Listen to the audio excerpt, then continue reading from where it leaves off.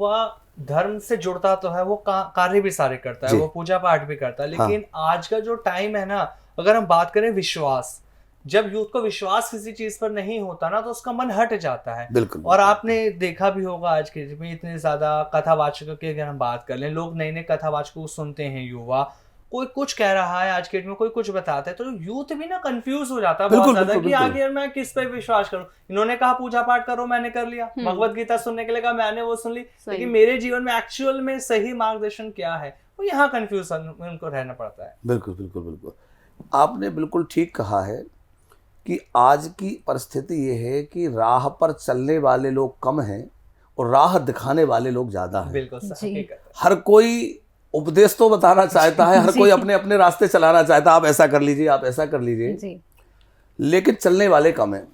लेकिन हमें लगता है कि आपको भ्रमित ना हो करके, या आज की पीढ़ी को भ्रमित ना हो करके हमारे शास्त्रों का अध्ययन करना चाहिए। जैसे हम लोग इतना टाइम मोबाइल में लगाते हैं, इतना टाइम हम दोस्तों में यहाँ वहाँ खराब करते हैं, तो यदि कोई कहता है हमारे पास टाइम नहीं है, तो हमें लगता है कि केवल बहाना है, जिस काम के लिए हम महत्वपूर्ण समझते हैं टाइम निकाल लेते हैं। बिल्कुल बिल्कुल सही बात है। तो थोड़ा सा ग्रंथों की ओर बढ़ें, स्वयं अध्ययन करें और अपने आप में देखें कि सही क्या है, क्योंकि अलग अलग लोग अलग अलग रास्ता बतला रहे हैं। तो वेद मार्ग वही सबसे श्रेष्ठ मार्ग है, भ्रमित नहीं होना चाहिए। आज तरह तरह से लोग भ्रमित करने के लिए बैठे हैं, लेकिन हम तो ये भी नहीं कहते कि हम जो कह रहे हैं वो सही है, या आप जो कह रहे हैं वो सही है। सही क्या है? जो शास्त्र कहते हैं वो सही है। तो आप शास्त्र को थोड़ा सा अवलोकन करें और शास्त्र पद्धति से जो आपको रास्ता दिखा रहा है उस रास्ते पे चलें, शास्त्र की बात माने, और सबसे अच्छी बात अपने माँ बाप की बात माने, अपने बड़ों की बात माने। जैसे हमने पहले भी कहा कि आपका सबसे बड़ा हितैषी यदि कोई है तो आपके माँ बाप हैं। जी। तो आप अपने माँ बाप की बात माने, अपने बड़ों की, अपने पेरेंट्स की बात माने, तो निश्चित तौर पे आपका कल्याण होगा। बस आप लगे रहें। बिल्कुल। और जिस कंफ्यूजन की बात आमिर जी ने की, उसमें भी एक कंफ्यूजन है कि शास्त्र या फिर महापुराण की बात है, कोई एक ऐसा जिसको लेकर के एक विश्वास है कि चलो इसी को पढ़ लेते सारी समस्याओं का समाधान हो जाएगा। बिल्कुल। मैं इसमें एक चीज़ और ऐड करना चाहूँगी कि महाराष्ट्र अगर हम बात करें, जैसे कि ज्योति ने बोला कि बहुत सारे पुराण हैं, वेद हैं, इत्यादि हैं।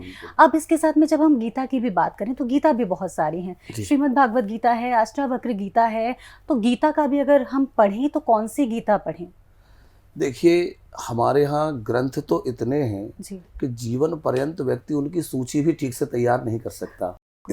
तो ना हमारी इतनी आयु है, ना इतना समय है, ना समझ है। उसके लिए जो आपने प्रश्न किया, बहुत अच्छा प्रश्न है। सबसे अच्छी बात है कि हम भगवत गीता, जो भगवान श्री कृष्ण ने युद्ध के मैदान में कुरुक्षेत्र में अर्जुन को सुनाई, जिसको भगवत गीता कहते हैं जी, जो कि श्रीमद् भगवत गीता नहीं है। नहीं, श्रीमद् भगवत गीता उसी का नाम है जी। भागवत अलग है। अच्छा। और भगवत गीता अलग है। ओके। कई बार लोग भागवत को ही भगवत गीता बोल देते हैं। तो भागवत महापुराण जो है वेद व्यास जी ने लिखा, जिसमें सुखदेव जी को सुनाया, पर सुखदेव जी ने परीक्षित को, जिसमें 18,000 श्लोक हैं। जी। और ये जो है श्रीमद् भगवत गीता, इसमें 18 अध्याय हैं और 700 श्लोक हैं। तो जितने भी दार्शनिक हैं, जितने भी विचारक हैं, चिंतक हैं, उन सभी ने वो विश्व, चाहे जिस धर्म के मान्यता रखने वाले हों, चाहे जिस पंथ के मतांतर के हों, पर गीता को सबने स्वीकार किया है।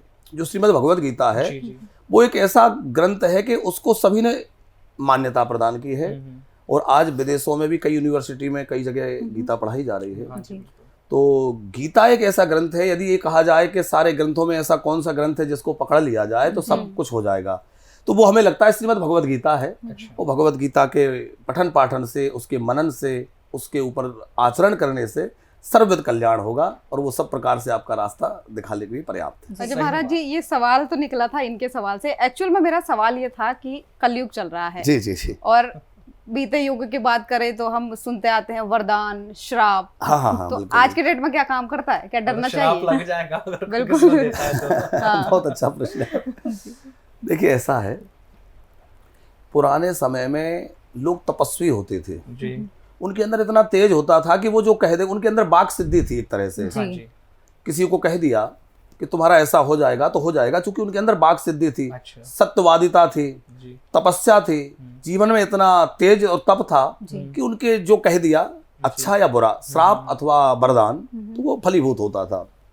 तो आज के समय में लोगों में उतना तप नहीं रहा, लोगों के अंदर वाक शक्ति नहीं रही, क्योंकि लोग पूरे दिन झूठ बोल रहे हैं, जी पाप कर रहे हैं, बिल्कुल सही तो बात। कहाँ से उतनी शक्ति होगी। लेकिन एक बात इसमें हम कहेंगे कि आज भी दुआ और बद्दुआ वो तो काम असर करती है, करती है, जी। बिल्कुल। असर करती है। आप किसी के साथ गलत करेंगे, वो श्राप दे रहा है या नहीं भी दे रहा है, लेकिन उसको अंदर से जो पीड़ा हुई, आपने किसी को सताया, जी किसी गरीब को, किसी परेशान को आपने सता दिया, जी जी जी अब उसके अंदर से जो वेदना निकली, तो वो भले ही श्राप नहीं दे रहा है, पर वो उसकी वेदना आपका अनिष्ट करके ही रहेगी, मतलब वो एनर्जी कहीं ना कहीं उसके काम जो करेगी। वो करेगी। दर्द है। क्योंकि आपने उसके साथ बुरा किया है, बिल्कुल। उसके अंदर से वो चीज निकली कि इसने बुरा किया, वो आपने किसी का अच्छा कर दिया, आपने किसी परेशान को कोई मदद कर दी, किसी का किसी भी प्रकार से सहयोग कर दिया, उसका कुछ अच्छा हो गया, तो उसके अंदर से जो आवाज निकलेगी, इसने बहुत अच्छा किया, भगवान इसको अच्छा रखे, या जो एक उसके अंदर से आशीर्वाद निकलेगा, जी, जी।